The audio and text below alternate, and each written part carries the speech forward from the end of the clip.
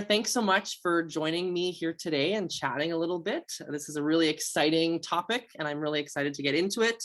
Why don't you start by introducing yourself? Sure. My name is Alex Herzog and my business is called Next Up Coach. Myself and my business partner, her name's Betsy. We started our business, our life coaching business for the next gen. So our life coaching business is primarily for ages 14 to 25. Since we started our business, we had interest from adults as well. So we kind of like revamped our business to be able to coach. We have some adult clients as well now, just because they were interested in what we were offering as well. But our inspiration was originally the next gen, like I said, ages 14 to 25, because I looked and looked and looked. When I became a certified life coach, I couldn't find another coaching bubusiness that was geared for this age group. So to me, I was like, oh my goodness, I can't imagine this age group not having these skills. So I am a coach because I want to help this age group.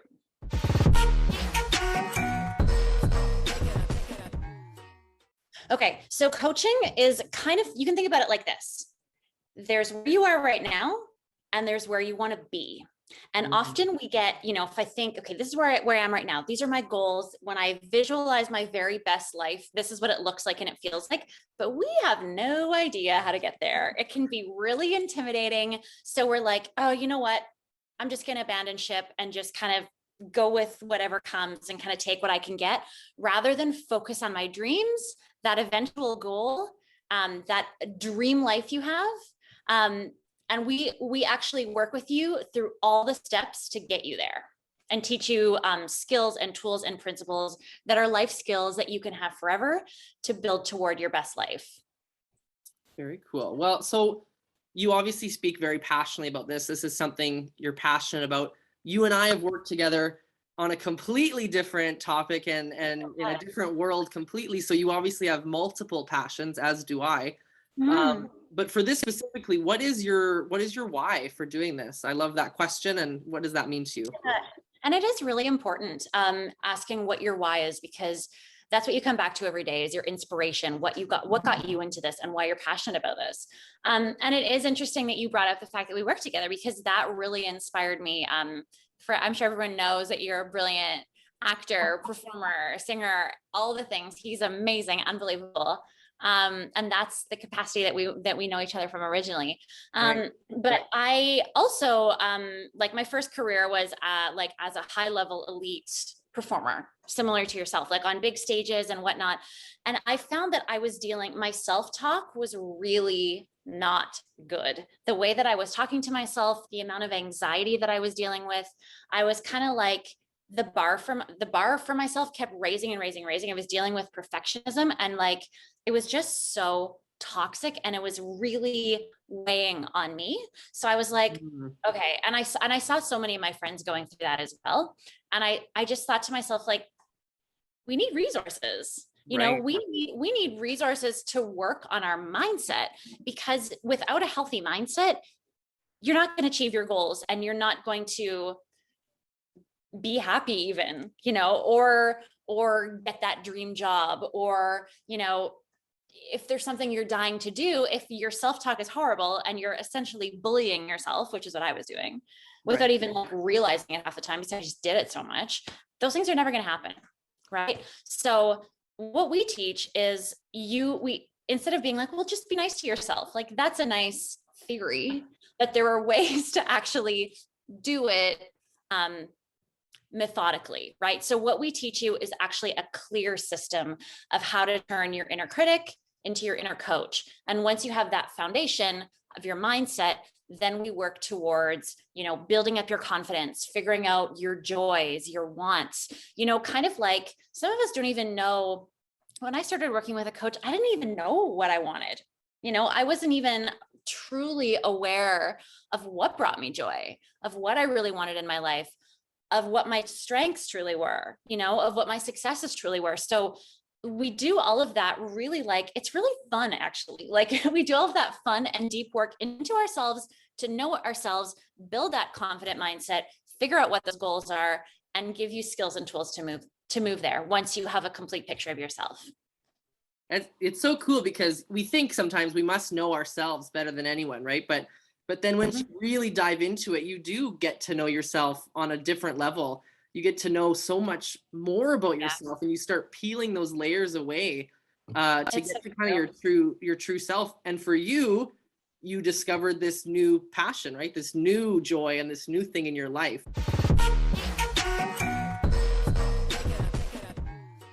The feelings I was experiencing, I had tried therapy before, and I think that one kind of like important topic to talk about is maybe the difference between therapy and coaching, because I think that that's not necessarily, I think a lot of people know what therapy is, but not necessarily like what was coaching the same? Is it different? One thing about therapy, and both are like equally totally wonderful, and in a perfect world, we'd all do both, you know? One is not better than the other. They're just kind of for different needs, I would say. So therapy essentially is looking at where you are now and then kind of working backwards, right? So kind of looking at you, looking at your past, looking at the other kind of circumstances, events, and characters in your life that have shaped kind of who you are right now, right? So how the past things have experienced, how are affecting your present life, right? Right. That's wonderful. It's important to know where you came from, right? But what I was ready to do is I was ready to focus on me and like truly like only me, because therapy, you're talking about like family and friends and partners and so on and so forth. So important. But I was like, you know what? Enough of that. I want to focus on me, what I want, and my goals, right? So coaching then takes you from where you are now. Of course, we're going to talk about, your life, like, we're going to talk about that, but we're not, coaching is focused on you, which I think is so cool. And it's focused on you and what you want moving forward. So, and it gives you, like therapy is generally focused on discussion, right? And so is coaching. We talk about a lot of things during coaching. We discuss, whatever you want to talk about is what we talk about. But I have a plan for every session, and we do exercises. You get homework. We do stuff. So you're actually developing life skills, right?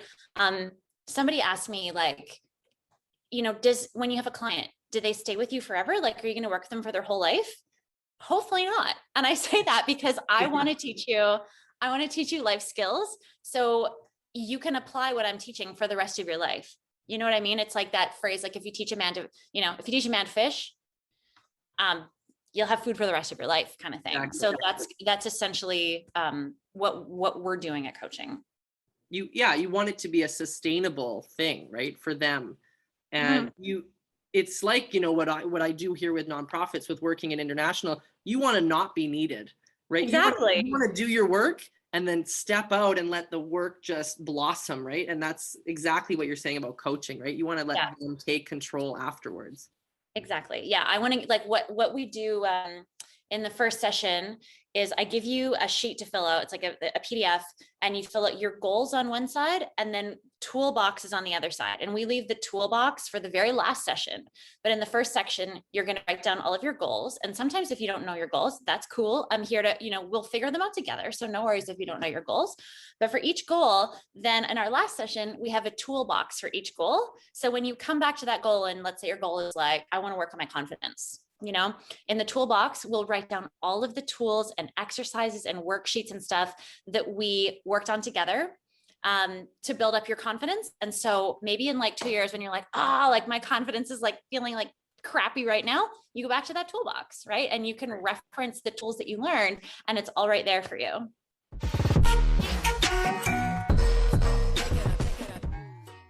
Yeah, I think that there's a whole bunch of things. Like we were talking about a few minutes ago, I think the value of doing the work to know yourself, right? And knowing yourself is an evolving thing. You can only know yourself at 21 for 21 years, versus like when you're quite a bit older, versus when you're 10, you're always gonna, it's always living, right? It's always evolving. Yeah. But like when I graduated high school, I had no idea what I wanted to do, like absolutely none, and I would have loved to work with somebody to talk about the things that really lit me up and how that can translate into a life, like maybe like I love to dance, or I love to do crafts, or I love nature, or I love animals, or I love like doing stuff like this. I love being one-on-one, or maybe I love design, but like knowing you love something, like, what does that mean? And how do I incorporate that into my life? And I think especially, with the pandemic, I think that this next gen group is just exposed to way less stuff. Because I remember when I was in high school and junior high, and maybe similar for you, like we were going to plays, we were going to museums, we were going to like different, like, we went to like where the place they made like old Dutch chips. Like we went to all these places where you could be like, I like that, not into that. That's cool. That's boring, right? We were exposed to so many things, but I feel like that opportunity is squashed right now, So how are you supposed to like get excited about life if you don't really know what you like? Right. And if you're not experiencing it the same. Yeah. And I also think another thing is like, I think that the next gen right now, especially with influx of social media, and I mean, this is a whole other topic to talk about. We won't go there because, it could be a lengthy conversation, but I think that just being hard on yourself, judging yourself, comparing yourself to others, that negative self-talk, it's more, it's pervasive, it's more alive than ever. And like I read a study that said 80% of the thoughts we think in a day are negative, Wow. and so we have tools and like a system to turn those negative thoughts into positive thoughts. And when I teach it to people, they're like, I can't believe I never knew this. And I just think of it, like it almost breaks my heart thinking of that there's so many people out there who are just bombarding themselves with negative thoughts every day. And just the anxiety, the depression, the sadness, the feelings of like feeling lost, that all of those things cause. Mm-hmm. Yeah. So I think that there's such value in next gen working with a coach. Yeah, and you say about, being in high school and not knowing what to do, and I 100% relate to that experience. And there are guidance counselors, there's people to talk to, but I just think how valuable it would be to have more coaches or those guidance counselors trained in a different way of approaching it with young people, right? Having those different kind of conversations, and not just what university are you going to? Do you have the right grades? 100%, right? Such a bigger scope than that. It's not like, there's like a zillion gray areas between like go to university or don't, there's like a million other options, but it takes some work to really like distill down what those are. But that's what we can help with and build your confidence at the same time. Right. So I know you said obviously life coaching and therapy are very different things. They have some crossover, some similarity, but in general, what are your thoughts on kind of the stigma around getting help? Because they're both forms of help. Especially for young people. I think there's even more of a stigma for getting help.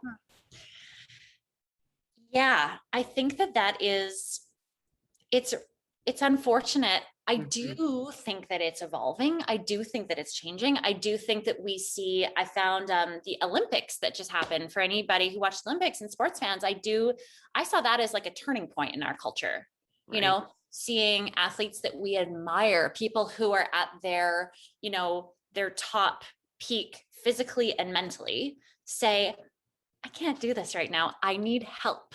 Right. I need help. And I thought that the way the world responded mostly was being like, yes, ask for that help, honor yourself, listen to yourself. So I thought that was really, really powerful. And what was I going to say? Oh yeah. And like to think about, like life coaching was born out of sports coaching, because like sports coaching came first, like psychological coaching for athletes, and then that was birthed into coaching. So that's a little bit of a tangent from what you originally asked, but I think just seeing our heroes stop and say, hey, I need a little bit of help right now, even though there's like 1 billion cameras on me right now, I'm going to say stop, check in with myself and ask for help, and not keep going. And I think just to remind the next gen that, like you were saying about the guidance counselor, I think that kind of makes us all go like, oh, the guidance counselor, like that sounds kind of boring. Yeah. But just to illuminate the fact that there is tons of different kind of help out there, like there's therapy, there's the guidance council, there are career counselors, there's like groups you can join if you don't want to do it alone. You know, there's tons of stuff. There's people like us, like I, you know, with my clients, like we have fun, we laugh, like it's great, like we bond, like it's really that asking for help, I think can be fun. And Yeah. it's really actually, I think like the most incredible people ask for help, because asking for help shows that you believe in yourself, you have confidence in yourself, and that, you know that you can achieve something, you know? So if you have, I would say, if you have an instinct to ask for help, Mm-hmm. follow it. And like, hopefully people, you know, be that leader, be that first person. And then hopefully your friends will follow. Right. And that's a hard place to be in. But like you said, it's really helpful when young people especially see these icons, these celebrities, these stars that they idolize and look up to, saying, hey, you know, I don't live a perfect life. I need help. I need, you know, my life is not all together as it seems to be.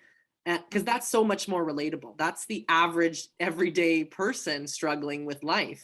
Exactly. Exactly. And, you know, the thing is, like, you know, when I was talking about that negative voice that we talk to ourselves in, the goal is not to get rid of it, Right. because even the most successful people talk about having that inner critic. The goal is to develop tools to manage it, and to develop tools to turn it around immediately. Like I've worked on turning my inner critic into my inner coach now for like a bunch of years, so I can do it like almost instantly, right? But it takes work, and that inner critic, it's never going to go away. We just, you know, we just develop tools to be like, hey, I see you, not choosing that, make a different choice, Yeah. you know?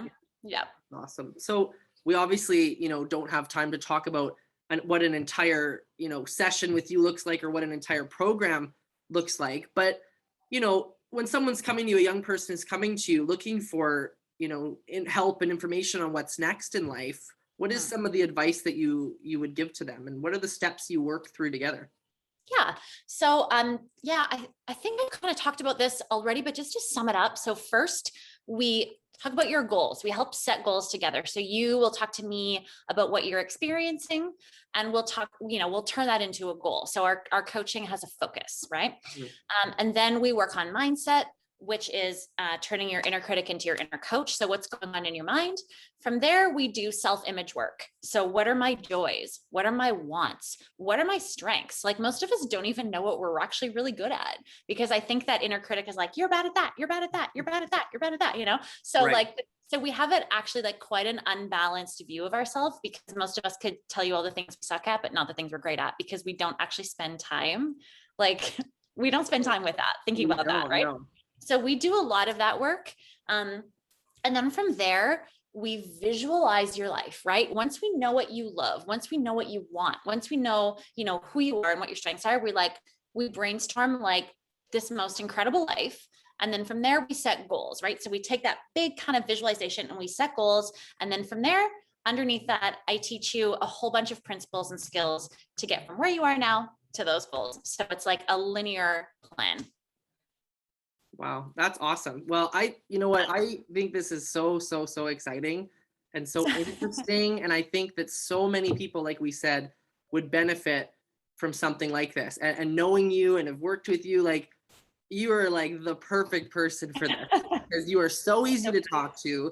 You are, you know, very confident and inspiring in everything that I've seen you do. And so this, I think, is just a perfect transition. Like it's, you know, it's the same but different. It's still you. It's still, you know, you're still the same person sharing your same wisdom and experience. You've just Thanks, taken it in a very different direction.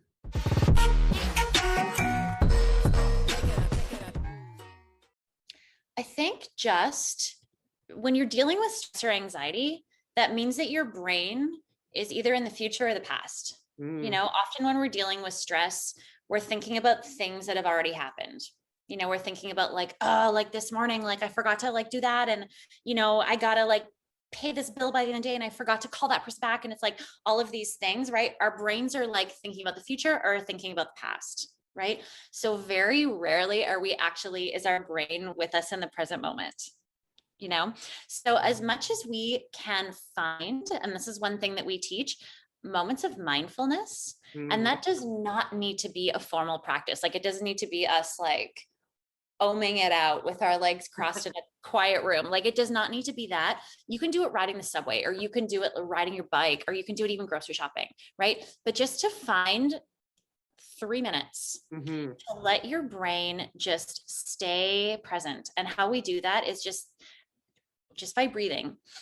Inhale and exhale, and just let your brain just rest on the breath. My favorite image is thinking of it like surfing. And maybe this is like connected to you in Mexico.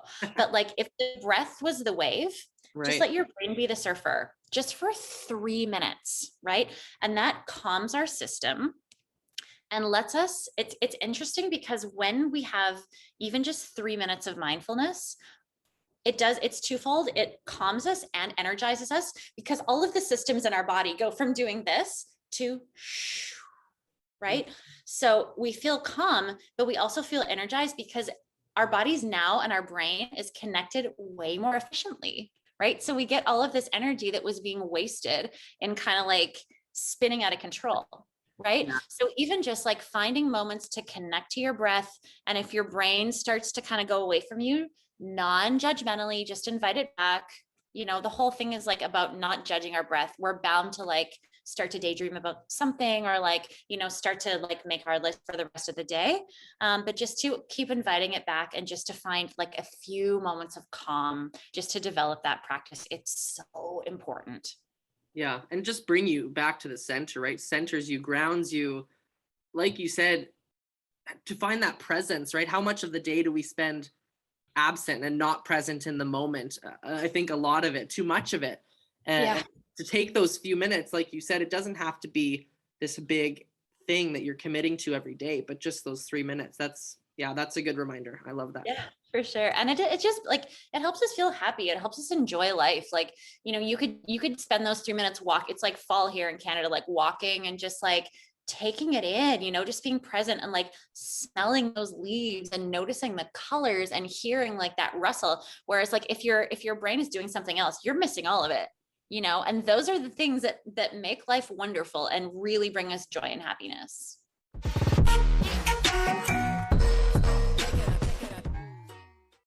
I would say I think coaching's for everyone. I don't think I've ever met a person who was like, yeah, that sucked. I didn't get anything from it. You know, I would say whether it's now or whether it's in a few years, working with the coach is super, super, super valuable. All of my clients have said, you know, and this is nothing about my business, but just about coaching in general, like, I can't imagine not having learned this, you know, the way that it transformed my life huge time. There's actually, if anybody wants to check out our Instagram, I made a video about it on our Instagram today. It's at nextup.coach. I made a little reel today about how working with a coach changed my life. And I humbly say it has for my clients as well. And yeah, I would love to work with you, or find a coach this is in Winnipeg, right? Yep. What up, fellow Winnipeggers? Woo! Yes. Going out to Winnipeg. Great. So yeah, these are life tools and life skills that if you learn it now at whatever age you are, I guarantee you'll be thinking about these things for the rest of your life.